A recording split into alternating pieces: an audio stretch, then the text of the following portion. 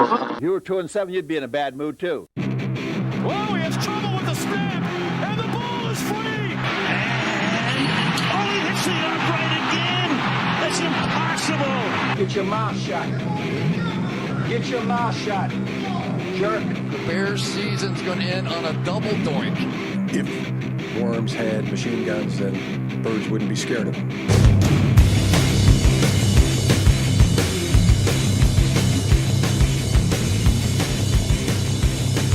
Hey, how's everyone doing out there? Welcome to a Word Hole Media presentation of the Limp Ditkas podcast. I'm Pete. I'm Ryan. Welcome to the Limp Ditkas podcast. We are just a couple of Chicago pricks united by our hatred of University of Michigan football and the Chicago Bears. Yes, losers. We will be talking about the college football playoff to lead off the show. We will also be talking about a Peach Bowl victory for my Michigan State Spartans. An unfortunate loss. More losers? Yes, for your Notre Dame Fighting Irish in the Fiesta Bowl. More winners with my Central Michigan Chippewas in the Sun Bowl. Thus proving there are too many bowl games, but continue. Possibly. I'll take the congratulations, though. Thank you.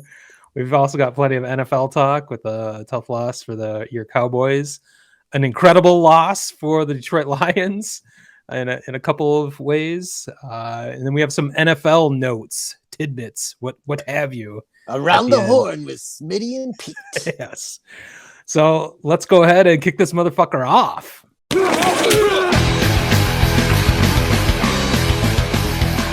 mean, college football playoff this weekend, Friday night. Another disappointing college football playoff. How exciting! We rarely get to see a Georgia-Alabama matchup. I can't wait to see Georgia and Alabama. Wait. I mean, I'm excited, It's really been a matter of hours, I think, since we saw them last. They faced off a month ago, not even. This is the second time we'll see them in the college football final. Yeah. I mean, well, man, I've just been thinking, should we just get rid of the college football playoff? Just abolish it altogether? Like, what is the point? I looked at some numbers here. Of course, I'm joking, but think about this though. We have seen 8 college football playoff finals, and there's 6 with Alabama. I don't know how many Alabamas, most of them, but we've only seen 6 different teams in those 8 games, which could have had 16 different teams. We have seen 16 national semifinals, of which 12 of them were complete blowouts. So, including this past Friday, they have ruined not one but 2 New Year's Eves now.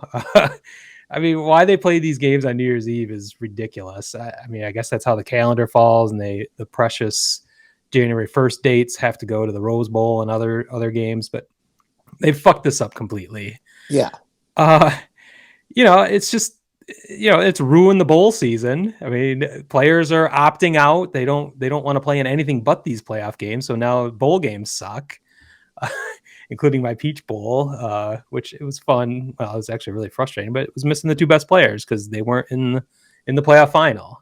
So, I mean, I'm joking to abolish the college football playoff, but in a way, are we really better off with the playoffs now? I feel like we've taken a step back, and I almost think you've made a similar but different argument earlier about the BCS, bring back the BCS instead of the committee. But it feels like the more we do to change the college football system, the worse college football gets. So I don't know. This is my weird little rant. I probably sound like Kirk Herbstreit saying current college football players just don't love football, which is ridiculous. But I don't know. I mean, do you think there's some merit to my argument? Well, I think the argument we need to continue to make is I think expansion solves some of this. That is a great point, because it would solve the opting out issue for sure. And maybe that would lead to more, the thought, I guess, would be it would lead to more upsets, more Cinderella stories. Right. Do you think we're going to see that based on what we've seen so far? I mean, we had the 2-team playoff to start, which was the BCS. Now we're 4 teams, and it's gotten worse. I want to go to 6 teams. Most want to go to 8 or 12. I mean, the wider you put the field, and the more games that the top seeds have to play, the better chance there is for mixing that up. Because the reality, better chance there is for an SEC team to beat the fuck out of whoever they're playing. well, again. maybe, and again and again and again. Well, okay, so then the question comes: do you have to standardize? Academics it gets across to a much board. larger point. Yes. Yeah, and You're that's where you come in, and that's where I said it, where you see why probably Brian Kelly went to LSU, because he has a much better chance from an academic standpoint of getting a team to a national championship than he ever would at Notre Dame. And the same thing holds true for a lot of these Big Ten schools too. I mean, Michigan has pretty high academic standards. It's right there with Notre Dame. It's good. So really good for them for making it into the playoff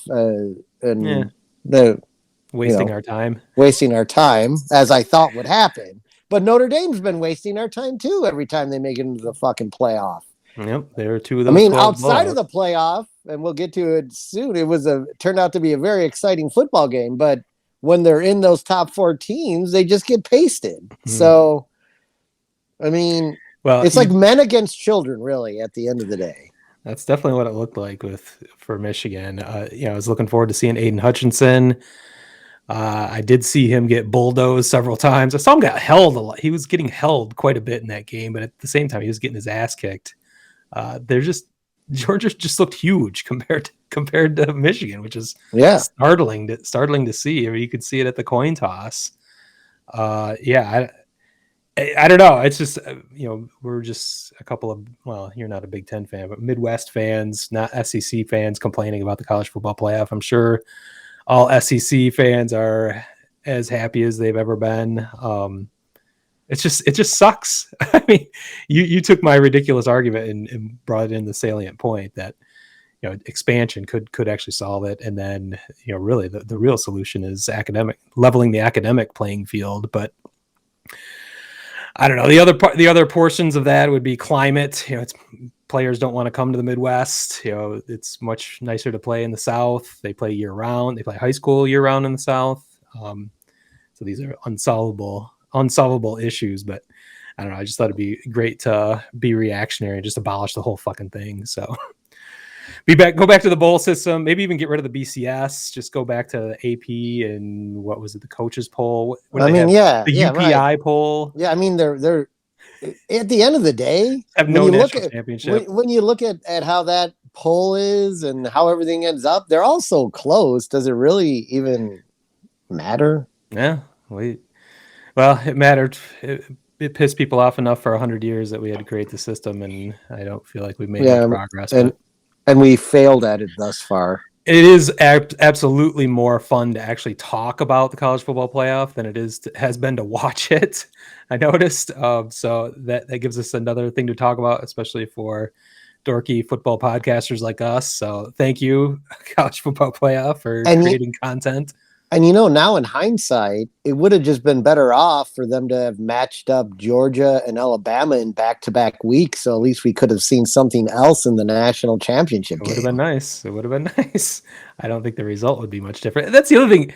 Somehow Georgia is the favorite in this game now, in the national championship game, even though they just lost to Alabama, got their ass kicked pretty much less than a month ago. So, I mean, I don't know what people are thinking. We'll see how that plays out. I guess I'm looking forward to that next Monday night. I will certainly watch it, but I'm not sure I really care all that much. We'll see how that goes. But I guess outside of, unless you had other thoughts about the college football playoff you wanted to get to? No. I think we pretty much covered what we needed to say. Well, outside of that, in one of the New Year's 6 bowls played 2 days before New Year's, the Peach Bowl involved my Michigan State Spartans and the Pitt Panthers. Spartans came out victorious 31-21 in a game that was way closer than the final score would suggest, as Michigan State was actually trailing until 3 minutes to go. And the other weird part about that is I felt like they shouldn't have been trailing at all on that game, with Kenny Pickett missing as Pitt's quarterback.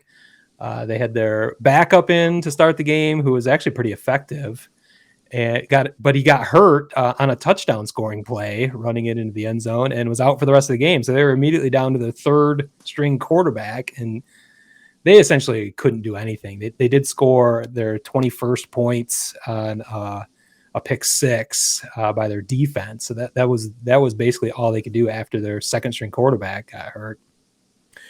Michigan State was frustrating as fuck to me. Peyton Thorne, I thought, looked awful. I thought he was just inaccurate. He was making horrible decisions. But at the end of the day, he had 350 yards passing and 3 touchdowns. So it's like, what the hell happened? State could not run the ball as I feared without Kenny Walker III. Then that's kind of what led to a much closer game than it should have been.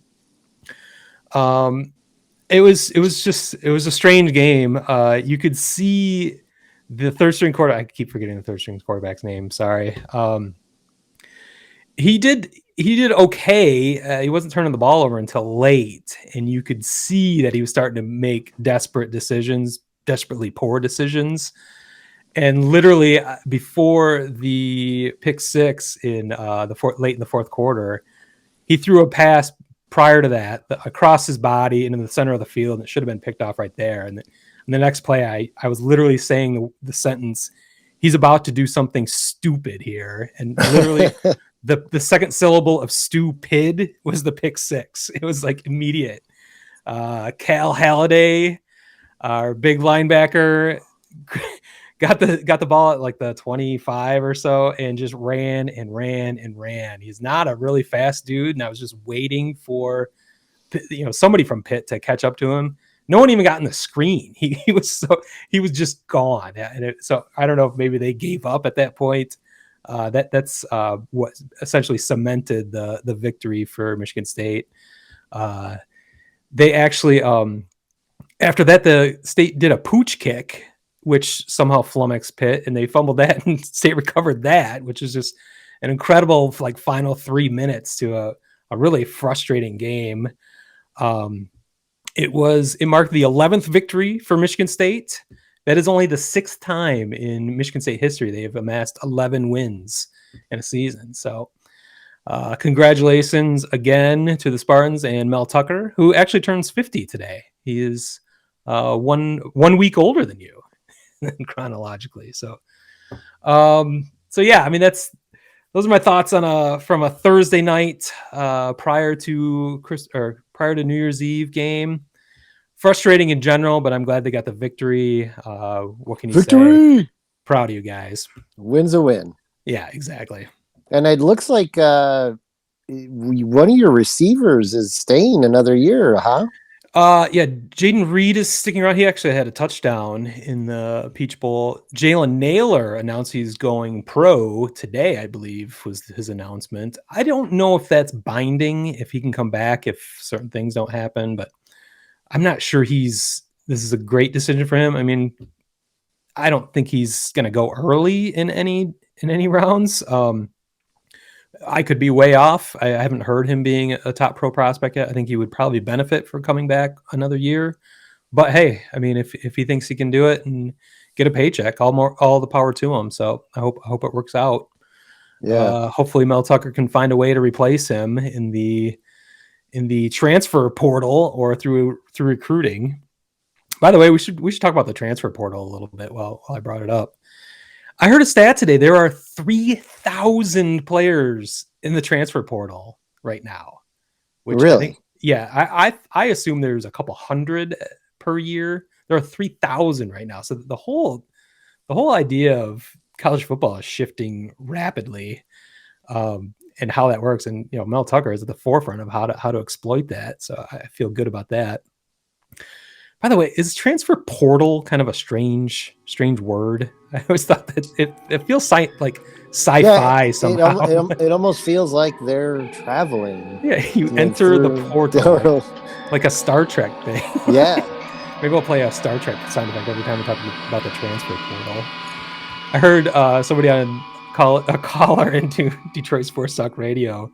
He thought it was called the transfer porthole. not the porthole, which I thought was awesome. So maybe we'll just call it the transfer porthole. Like you have to enter the porthole to get to the other side. Into the porthole.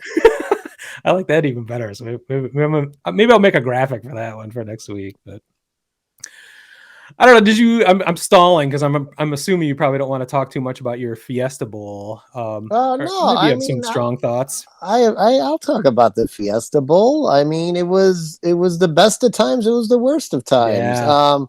I came on last week's podcast and said Notre Dame would win 37-8 or 37-17, I believe it was, is what I said. You were looking spot on late in the second quarter, I think. And at one point, Notre Dame was up 28-7. They could do no wrong. That was in the second quarter. They countered everything that Oklahoma State did defensively, and Notre Dame's defense, which is something I was bragging about on the air on the podcast last week, was living up to what I had said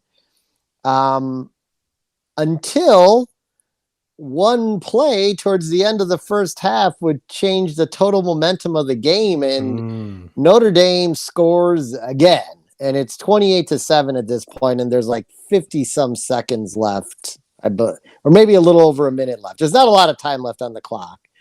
And I had I walked away. Oh no! Thinking, we're going into halftime with a 28-7 lead, and I come back to see that it's 28-14 going into halftime, and that was it. That was the floodgates. And what Oklahoma State decided to do was they ran the hurry up offense, and what I saw in the highlights, the halftime highlights of what they did going into the half, and they just ran the hurry up offense the rest of the time, and it just killed Notre Dame's defense. Yikes.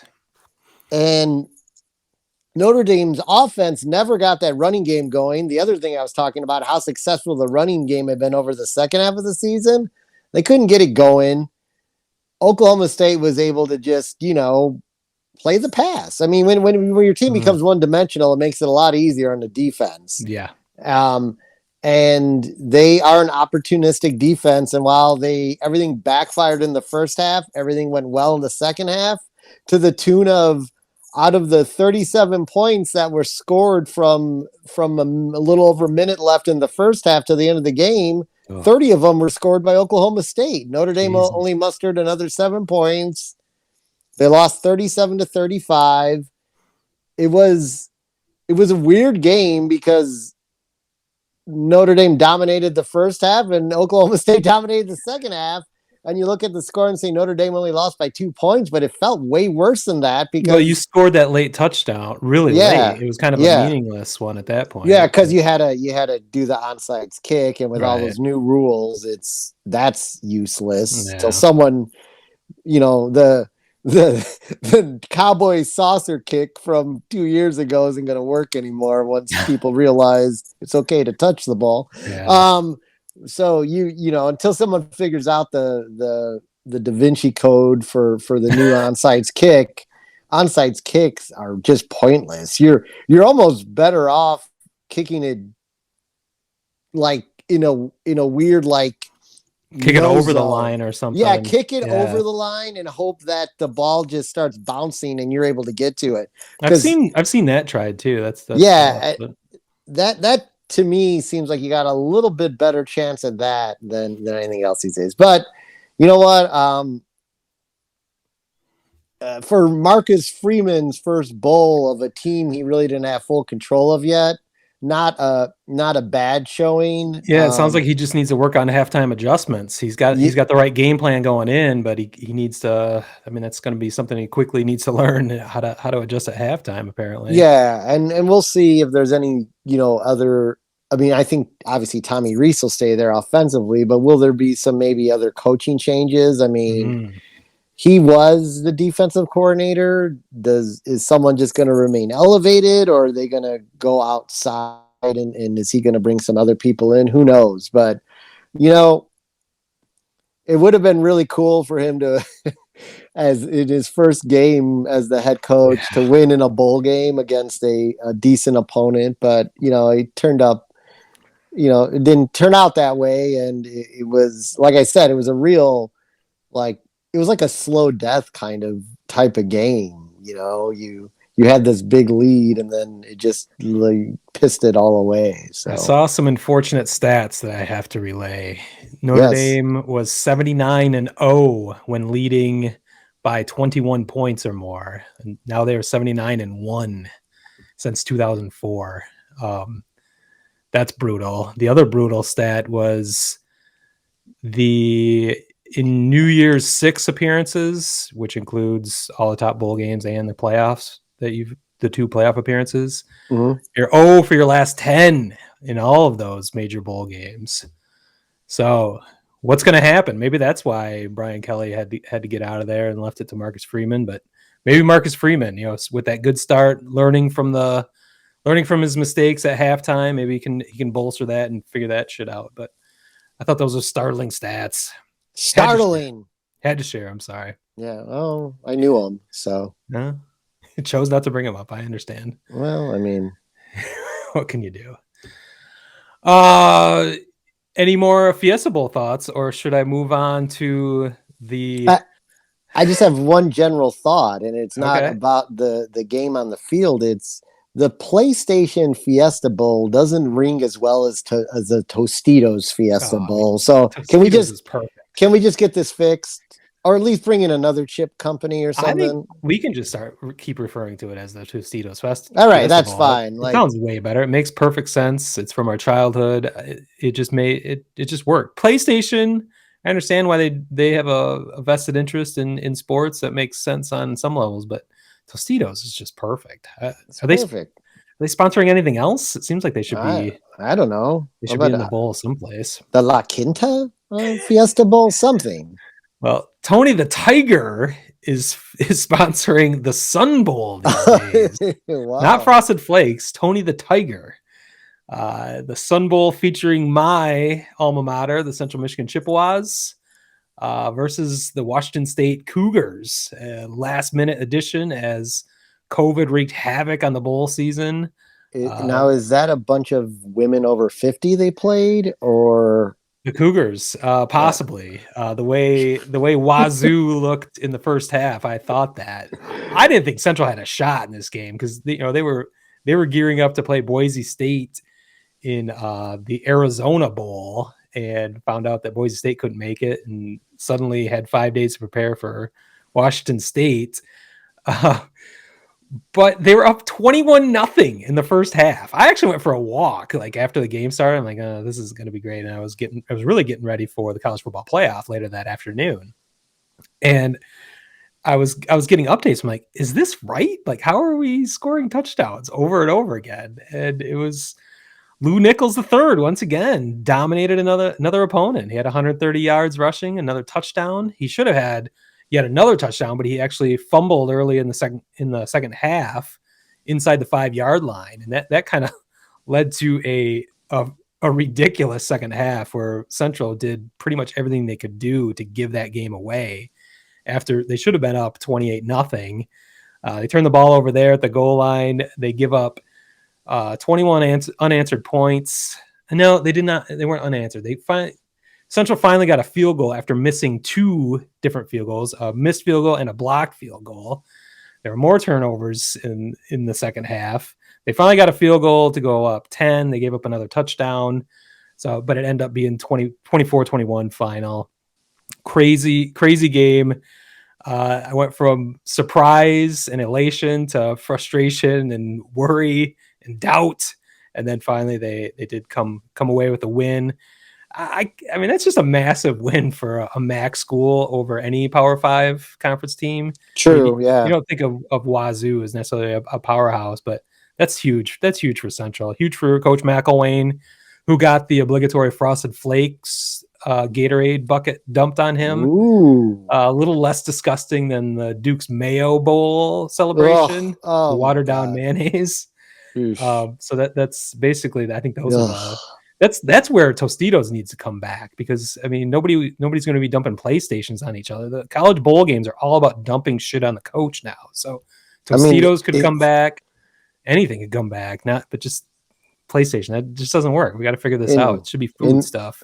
In some disturbing news, after the Oklahoma State victory, their head coach was killed by PS5s being dumped on his head.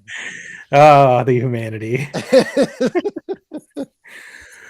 Well, that's all on that note for the college football bowl season. We still have the one game left on Monday, as we mentioned. I mean, are you?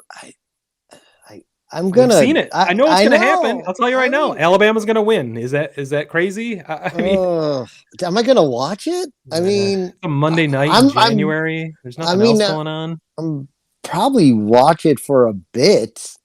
Like gamble. You gotta gamble on it. That's the only way. Well, I did win. You know, that's the one thing I didn't do this year, and I won some good money last year on some really stupid college football bets. Well, they weren't stupid. They were solid bets, but the one I'll remember, and it's actually on our podcast, I talked about it. Oh, shit. Was it like the Oklahoma game? Somehow I needed the game to go over, and with like 7 minutes left, it was off pace by like 24 points. And they scored like 35 points in the last 7 minutes. It's like you only live once. You got to bet the fucking over. Great moments in gambling history right there. Just imagine if you bet the under. I mean, what a weird personality to have to bet an under at any point, because you'd be rooting against fun essentially. Here's something: if the madness of the vid doesn't squash the trip in a few weeks, I'm gonna have you sit in the sports book. We're gonna sit in a sports book, and you're gonna watch the people that bet the under and watch the people that bet the over, and it is fascinating. You don't even have to have any skin in the game. It's just pure entertainment. I've never been to Vegas. I've never been to a sports book. I am much looking forward to that part of the trip for sure. Yeah, I don't know if I'll be gambling much, but yeah, the people watching should be incredible. That is in 2 weeks now. Yeah, 3 weeks. 20. Yeah, no, you were 20th. Well, I leave on Thursday the 20th. You live on the 21st, right? That's right. So that'll be second round of NFL playoffs, I believe. Yeah, so there'll be Saturday games, which means we will be able to be tuned in there for it. Nice. Well, speaking of professional football and gambling, we'll get to that. I think we should take a break first, though, right here on the Word Hole Media Network. Word Hole Media. Major League A-Holes in the Hole podcast, where baseball opinions are like assholes. Everybody's got one, and most of them stink. Find us at MajorLeagueAholes.com and anywhere you listen to podcasts. Word Hole Media. Hey, welcome back, everyone, to the Limp Ditkus podcast. And the Southside Cowboy here is going to get into some cowboy talk right now. Real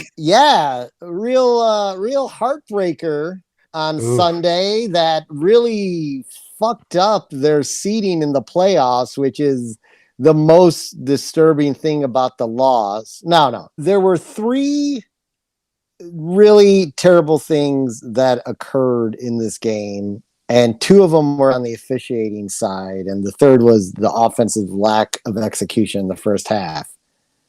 This happened on the same play with a little over 2 minutes to go. So the Cowboys have just used their final timeout. There's like 2:34 left. I was questioning a little bit why they took the timeout there, but whatever. And it comes into even bigger play now. First thing that occurs is the play clock runs out and no whistle is blown. And it wasn't like it was. I'm familiar with that as a Lions fan. Yeah, it wasn't like the snap was that close to where like it was like the stopwatch that the umpire was using was, a couple tenths of a second behind, so the play was clean. It was literally zero to where the crowd was like screaming. The rule is that the the mechanics of this are, and this has been broken down extensively after the Lions lost to the Ravens earlier this year, as the same thing happened. The mechanics of it is there when the referee is looking at the play clock, he sees 00. He looks down at the ball. If it is, well, actually, he looks at the ball. He looks up at the clock. If it says 0, he looks back down at the ball. And if it's not snapped, that's when they throw the flag. Why there's so much looking up and down, I don't know. Why they can't be able to use their peripheral vision to understand these things, I don't know. But there is literally into the rule, they write there's an extra beat past that 00 that is a leeway, which, again, for a game that is measured by inches, why you could have something that vague in the rules is beyond me. But yes, I feel your pain. The Lions were burned by the exact same thing. I mean, I didn't see this exact one. It was at least 2 seconds. There were 3 to 4 beats on this one, and I had also always heard that there is someone keeping time on the field. So sometimes what's on the play clock isn't exactly what's on the person's keeping time, whatever the overall time. As I don't think they can call delay a game based on the stopwatch. I think they call it off the play clock. But they do have a stopwatch on the field for sure. So that's injustice number one. A few seconds later, Chase Edmonds, on his way down to the ground, loses the ball. The Cowboys recover the ball. The ref decides to rule that he was down, blew the whistle, down by contact. Now, there's two schools of officiating that have begun in the NFL, and the top crews, whenever there is a loose ball, they do not blow the whistle. They let it play out. They let it play out because every turnover automatically gets reviewed. However, if the ref or the umpire or the side judge or whoever takes it upon themselves to whistle the play dead, you then have to use a challenge to get that ball back. And in this case, the Cowboys had just used their last time out, so they were not allowed to challenge because it occurred at the 2:12 mark outside of the 2-minute warning. I mean, you're describing things that have happened to the Lions for years, so I know exactly what you're talking about. I know how that plays out. Yes. Welcome to SOL. Well, no, I mean, let's, we can rehash the Des Bryant catch against the Green Bay Packers. So that it's, to me, they need to just make a hard, fast rule and say when a ball comes out, the play isn't the play. It's not the ref's discretion call to whistle it dead. You just can't in key moments of the game like that. And it clearly was moving. It was a no doubter. Like the booth was just like, I can't believe this just happened. And the ref didn't even have a good angle on it. He was on the other side of it, so he couldn't even see when the ball started moving.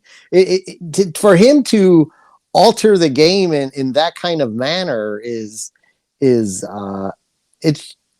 just complete shit. And we see it happen over and over again. So, I'm just, like you said, welcome to all of our lives as football fans, but they just need to like fix these things. Like in a college football game, they have the power. That's what's different. In college, they have the power to call down if they see something like that and review it. Even if a ref did whistle it dead. I don't think they can if they blew it dead, because then you can't establish what would have happened from that moment on. That's the tricky part. That's why they shouldn't be blowing the whistle on close plays like that. Because it literally you can't extrapolate into the future what may or may not have happened if that whistle hadn't blown. That's the problem with it. So yeah, I would say they need to start erring on the side of not blowing the whistle, but then that gets into player safety issues. Like if he was really down and they didn't blow the whistle and then somebody got hurt after that, then it just opens up a can. It's a fucked up system. I get it. There needs to be a little more clarity maybe, There just has to be consistency because there are yeah. crews that literally never they will not blow the whistle. You see guys pick up, run in the end zone, and then they confer. And they sort it out later. And they sort it out, and they get the call right in those cases. Those calls get done correctly because at least they have the ability to get them right. They might not still get it right, but at least it's not something that can't be reviewed anymore. Yeah. So that sucked. And again, this is actually kind of funny. This is very reminiscent of the Tampa Bay game. The other side of this game is the game could have been tied if Greg the Leg didn't miss a 38-yard field goal in his first attempt of the game. He again, in a key game, kind of screwed the Cowboys because the game would have been 25-25 at that point then. That's why I had to cut him long ago from my Surrender Cobras fantasy. I mean, he's Super Bowl appearing fantasy team. He's scored me a shit ton of points for a field goal kicker this year, but he's also can't count on him in crunch time. I beat you in the fantasy playoffs this week. So. Well, I wasn't on that team of mine, but I would still blame Greg the Leg for your loss. But again, Greg the Leg makes that field goal. It's a different game. It might be overtime, might not. You don't know, but at least it's tied. At least there's a chance. So anyway, now we're the 4 seed. We're going to get one home game. They're playing Philly. Is that set in stone now? Does it matter what happens next week? No, that's not true. They could still jump all the way back up to number 2. Okay. You cannot get number 1. Green Bay's locked that in, correct? Yeah, Green Bay's locked that in because, yeah, I know they did. They absolutely did because they're playing the Lions this week and they have nothing to play for. So, yeah. So if the Cowboys win, if they beat Philly, which has now been moved to the Saturday night game this week because Philly made the playoffs. Wow. If they beat Philly in Philly and then Tampa Bay and the Rams lose, or is it Arizona now? Frick. I didn't look that up before we got on. I can't remember what happened because the Rams lost this week, right? No, I believe they won, even though Matt Stafford threw his 4th pick 6 of the season. Okay, so 27th in his career, now making him 4th, tied for 4th all time in pick 6s.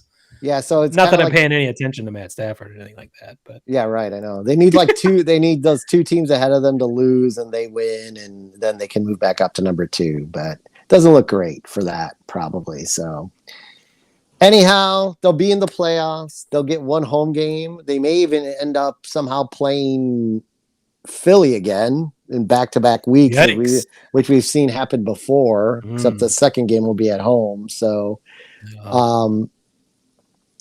yeah. So it's disappointing. It was a rough weekend for me. I really don't have anything. Yeah. Both games lost by a total of 6 points. Both teams lost. Actually, a total of 5 points, 2 points and 3 points. So I've got another factoid here just to make you feel a little bit worse. That Kyler Murray, I saw, is now undefeated at AT&T Stadium. Yeah, 8-0 between professional football, college football, and even high school football. As he played Texas high school football. 3 games there. 3 games he played there in high school. Yeah, that's pretty good. Well, no, I said if Arizona wants to cut ties with him, he's definitely, we can pencil in 8 victories right off the bat.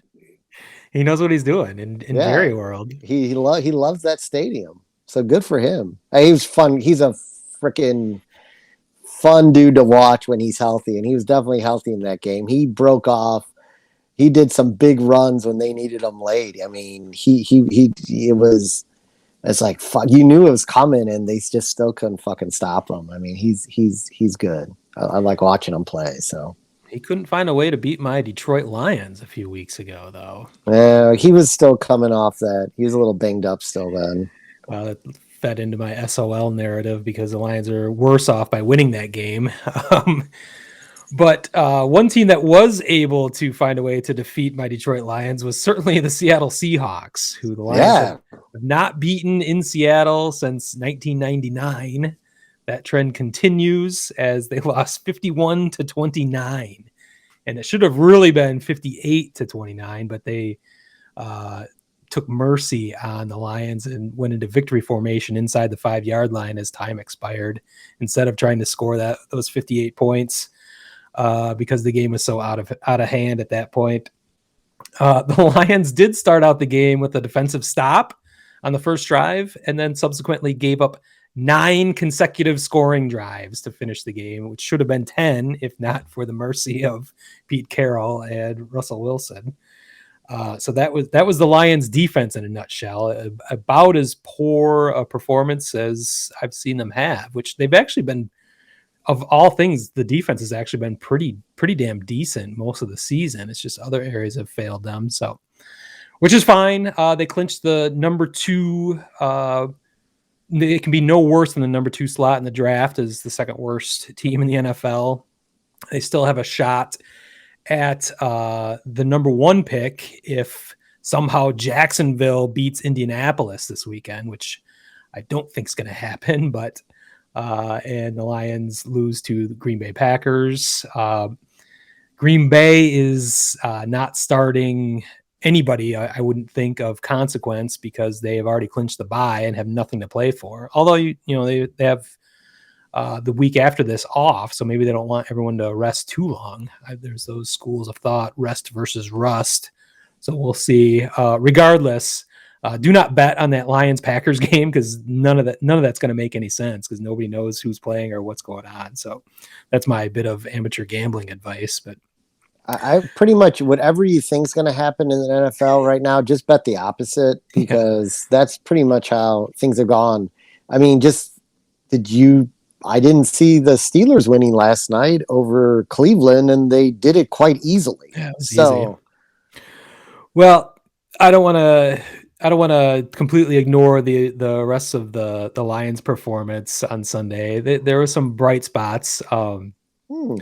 The aggressive Dan Campbell out aggressive himself once again, going for it on 4th down like clockwork in the first quarter, failing to get to the line to gain like clockwork.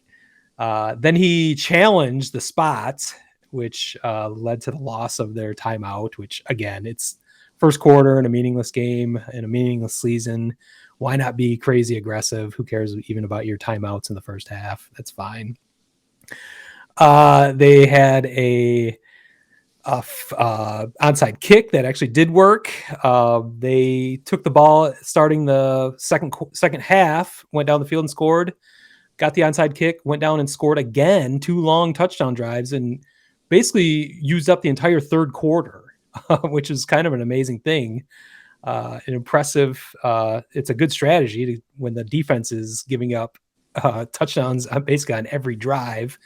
Don't give the other team the ball, and that was working for a bit. Unfortunately, Lions were still down 23 points at that point, so it was not gonna do them much good. They did have a fancy tackle eligible play for a touchdown where Taylor Decker actually caught a touchdown pass. So the creativity of Dan Campbell, the Danimal Cannibal, as I like to call him, knows no bounds. For better or worse, he is an aggressive motherfucker. So, I mean, again, this is a season where he can do crazy shit and get away with it because it doesn't really matter right now. Maybe he's learning from these things. I don't know if these will continue, but it's making horrible games a little bit interesting. The best bright spot of this game, besides clinching the number 2 slot in the draft, was again Amon-Ra St. Brown. He became the first NFL rookie to have 5 consecutive games with 8 catches apiece. I can't believe that's never been done before, but a rookie has never done that in the NFL, 5 straight games with 8 catches. He had another 111 yards and a touchdown reception. He had a 2-point conversion. He also had a rushing touchdown and 23 yards rushing. So he's a fucking weapon for the Lions. He's really he's essentially a slot receiver. He's their number 1 receiver right now, but he's essentially a slot receiver that in any other offense that has some receiver talent, he would be the quintessential slot receiver. That's where it gives me some hope. With so many draft picks coming up for the Lions in this draft and in next year's draft. There's no reason why they can't secure at least a top college wide receiver out of the draft, and maybe in free agency they can add to that. That's why there's a possibility to turn things around, hopefully fairly quickly, as we're starting to see a little bit of talent emerge in this team, even though the record is now 2-13-1. So I mean, basically, like I said, they can't improve their draft slot by losing to Green Bay this weekend, or winning. If they lose, there's still the outside chance that Jacksonville could actually win and move the Lions up to number one. I'm not sure it actually matters, because the more analysis I've heard, and of course we were very early into draft season already, as the season hasn't even ended, but there's a lot of speculation that Jacksonville would want an offensive tackle with the number one pick anyway to protect Trevor Lawrence, as they have actually loaded up on defensive ends for the last few years. So there's a possibility the Lions could have their pick of defensive ends, game wreckers, as I would like them to draft. And it seems to be that's the consensus, as they'll either go after Michigan's Aiden Hutchinson or Oregon's Kayvon Thibodeau. I don't know. I mean, of course, I'm not a Michigan fan, and I think there might be a little bit of overhype for Aiden Hutchinson. There's a little proximity bias as he's played his games just miles down the road from the Lions. So everyone's seen him play a million times and have been impressed. Certainly impressive in the Ohio State game. Not so much in the college football playoff this week, as Georgia kind of manhandled him, which is a little disturbing. Kayvon Thibodeau, I haven't seen a whole lot of, and he didn't play in this bowl season, which is disappointing. So it's really going to come down to the combine, is where the measurables might differentiate those two. So I guess if the Lions are, if the Jaguars draft an offensive tackle, the Lions have their pick of defensive ends. Hopefully they can't go wrong with that. But as we've seen with SOL, everything that can go wrong will go wrong for the Lions. So yeah, get ready for 4 months of draft breakdown from now on for me, at least, and mock drafts, and looking at all the picks and all the possibilities for the Lions as they pick twice in the first round, twice in the second round this year. Unfortunately, it looks like it's going to be early and late in the first, and not early and halfway through the first, as I was hoping the Rams would fall on their faces with Matt Stafford and his schizophrenic performances over his career, I'd say. As I mentioned before, he had another pick six, his league leading fourth pick six of the season. That moves him into fourth overall in history for pick sixes. I think he has 13 interceptions on the year now. Might be 14. So I mean, they're still winning, and they're in a good spot. But you could see how Matt Stafford could totally bite them in the ass come playoff time. You can't get away with interceptions, turnovers, especially pick sixes at playoff time, and that is what he's done throughout his career. At the worst possible moments, he puts up massive numbers, and then at the worst possible moments, he bites you in the ass, and that's the last thing you're looking for in the playoffs. So I think that's all I've got for the Lions, unless you had thoughts on the Lions' future and present. No, not at this time. I didn't think you would. Well, I think that leads us into our what we need to name this segment: NFL tidbits, NFL notes, just a couple NFL notes around the horn in the NFL with Smitty and Pete. Around the horn is a baseball term, and it's also a nautical term, so I'm not sure. But maybe that's perfect for how about around the horn? That's right. That's what I'm thinking of. I was like, what is it? Where have I heard around the horn? It's from the baseball shows. Yeah. We'll workshop this. We'll come up with something, but there's just a couple things we have to mention at least. I mean, over the goal line with Smitty and Pete. Like I said, we will workshop. I'm going to workshop it right now while people are listening. All right, so we've got to talk about Antonio Brown. Don't we? I mean, it's the one of the craziest things I've seen in NFL history. As he just walks off the field, he like rage quitted the NFL, shirtless. he just rage quitted the NFL right in the middle of a game. Honestly, it's funny, but I am at the same time a little worried about his mental state of mind. Like, he's like not to worry mentally. about like police reports or obituaries in the future. I mean, he's crazy. It freaks me out. He has mental health issues. It's obvious. So I mean, that's why I hesitate to just laugh about this stuff. Yeah. It's serious. He's a former Chippewa. He might be the most talented Central Michigan football player in history. Although Gary Huggaboom fans out there might beg to differ, but I don't know. I don't know what else to think about it. I want to laugh, but I don't at the same time. Just I've never seen anything remotely like that. I mean, the rumor is that he was injured and Bruce Arians didn't believe him or what happened. But Bruce Arians is saying he had no idea that Antonio was even injured. So, and he didn't really look injured as he's stripping off his uniform and throwing it all into the crowd, a la Ned Braden from Slapshots, pretty much, where this band starts playing the striptease music. So I don't know. I guess I'm fearful for a little bit for Antonio Bryant, but yeah, I mean, I assumed because he had such a huge game the week before that he was annoyed that he hadn't seen enough action. That might be part of it. And he was on the sideline for quite an amount of time, as you would know, because he was on your fantasy team. Not that it really it didn't obviously affect your outcome over me, but 166 to 146, by the way. Surrender Cobras. Way to pat yourself on the back too. There you go. Very good. All right. So anyway, but he, like you say, he didn't look injured when he was hopping around off the field like whooping it up with the crowd. Yeah, like a crazy dude. But then the next night, last night, he was at a basketball game. He was at the basketball game in New York, front row. So he doesn't have any job obligations. So, although I don't think they've actually released him. I think it's a foregone conclusion. But I don't think the paperwork has actually been filed. So probably not. I mean, Arians had said. I mean, just because he says it post game doesn't mean it's official. But he had said he's longer with.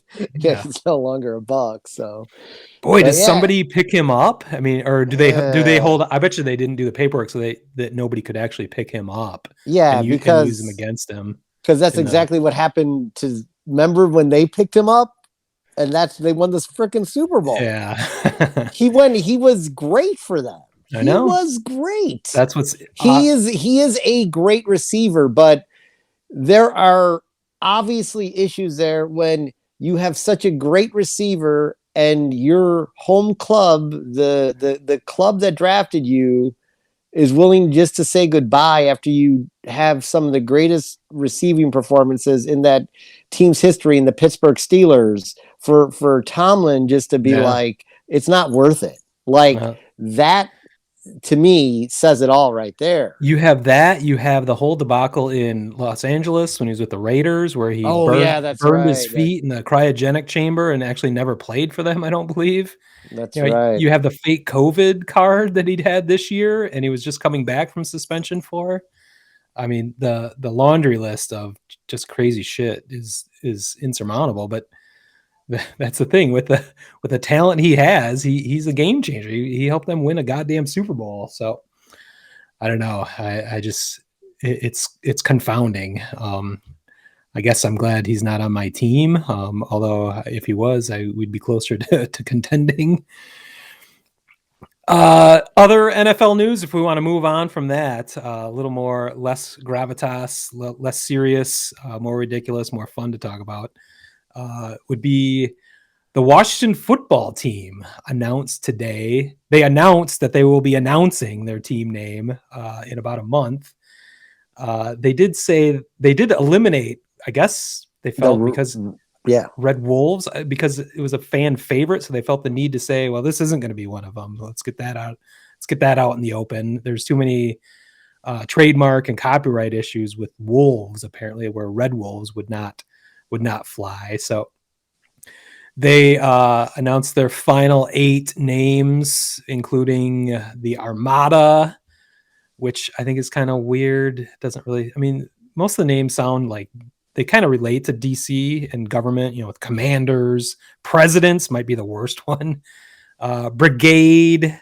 What were some other ones? Did you hear? Defenders. Yeah, I saw it. Wasn't football team on the list? Football team is on the list. Armada was on the list, which is weird to me because that's sounds like a Christian rock band to me because it was a Christian rock band.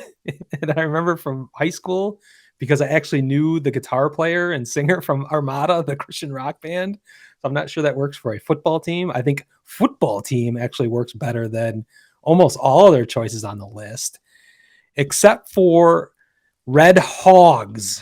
I don't know, not Red Hawks, Red Hogs, which ties in their old nickname for their offensive line in the 80s, the Hogs. Yeah, that's some history there. Well, if you also notice the date that they are going to officially be making their announcement is February 2nd, 2022, 2/2/22. That also happens to be Groundhog's Day. So does that mean it's going to be Red Hogs Day? I think... look at you really burning the. I thought I smelled something. Dang, boy! That's the gears in my head turning. Holy shit! I thought that was strange to make an announcement on a Wednesday Very afternoon in February. Interesting, yes. So I think they're going to make Red Hogs Day February 2nd. I like that. That's some good marketing there. I honestly, I really like football team. The more it has grown on me so much. The problem is, from a marketing perspective, they've already sold all that merchandise for the past 2 years of just football team. Yeah, and people bought it up. And now when they change to the Red Hogs, they're gonna buy it all up. So yeah, I am, of course, a graphic designer by trade in the sports industry. So I am always looking for new team names and logos. I am dying to see what the Red Hogs logo looks like. My idea before this list was announced was the Pigskins, which is pretty much the same idea, but it doesn't use the word skins, which they're probably going to need to distance themselves from because that was the whole problem in the beginning with their original team name. So although Pigskins just makes perfect sense to me. You don't want PETA, Then you can't have PETA. Well, PETA's going to come after them for the Red Hogs, I guess. Or I guess they're not being skinned then. So no. Yeah, so maybe PETA will be cool with Red Hogs. PETA. So yeah, I'm dying to see that logo. You obviously, as a fellow NFC East participant, your Dallas Cowboys are arch rivals with the football team. I mean, I love this. Almost is as good as being the Cowboys versus their old name because there's a lot of pork cooked in Texas. Good ass barbecue. Are we gonna be barbecuing their ass week in and week out? That's a whole new connection there. I hadn't even considered. The whole barbecue side of things, where people are militant about their barbecue, so that could lead to a heightened rivalry. Now that is the kind of barbecue, the kind of smoking I do is Texas style. So nice. I'm militant about it too. I can see that. I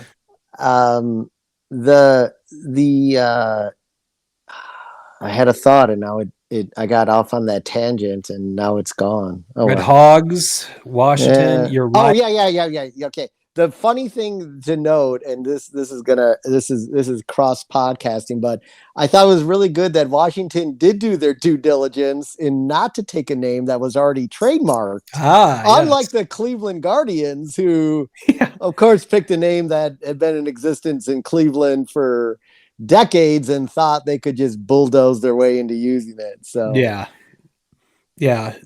think the football team has taken their time. 2 years. Tip of the cap to them. We'll see. I think Hogs would be better than Red Hogs, but I get why they would do that, just to tie in with your old name. I think that's I agree. I think just the Washington Hogs would be fine. I don't think you have to add. That's what they're going to be called. As their unofficial nickname, they'll just be the Hogs. Just like they've always been the Hogs. So. Kind of like the boys, your Cowboys, the boys, or whatever. So I don't know. I just want to see that logo. I'm a dork for that kind of shit. But I did think that was an interesting, maybe little harbinger when they announced that it would be revealed on Groundhog's Day. So you're through the looking glass, people. We can see into the future. Anyway. Well, I think we might as well wrap this one up unless you have any other NFL thoughts. No, just that. Good luck predicting your games this week. I'm done. You're I'm out. Done. I'm out. I'm done. No more upset specials. No more upset. I'm gonna start with a clean slate next season. That's it. You gotta save up until we get to Vegas in 2 weeks. So. Oh my God, what a fucking disaster.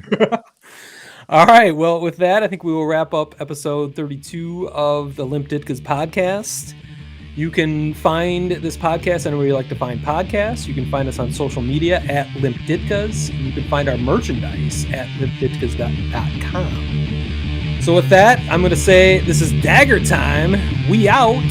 Peace. Peace.